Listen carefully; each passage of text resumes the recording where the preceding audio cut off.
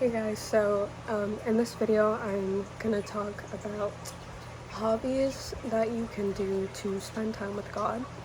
Um, and it's actually like a lot more simple than you think it is. It can be as simple as like going on a walk, taking photos, um, really anything. Like doing acts of kindness, stuff like that. So for me, a big thing that I found is photography.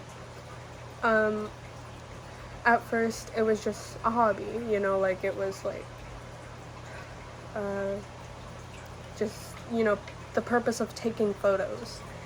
Um, and I always centered it towards like nature and animals and stuff, but like I didn't discover until later, like when I was, more Christian, that I was actually spending time with God because I was just I was doing it less for photography and more to just like enjoy the beautiful nature outside and admire all the animals that I was taking photos of.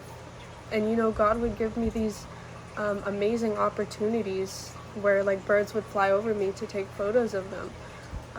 And I just feel like there are so many ways to spend time with God without it being like so overwhelming or where you feel like forced. So, for example, photography. That's something that I do that you can spend time with God if you really are like in the space and you're just like thankful and admiring nature.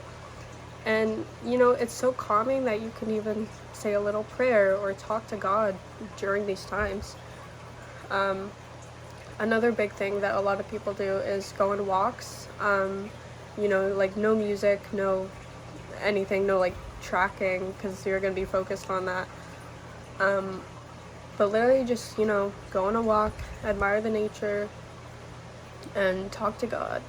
And yeah, that's another thing you can do. And one of my last points today is to do acts of kindness to please God.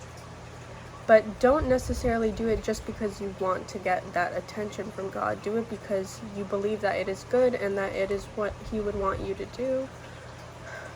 So for example, you can, make things for people. You can do stuff for people. You could like give to the homeless is a big one.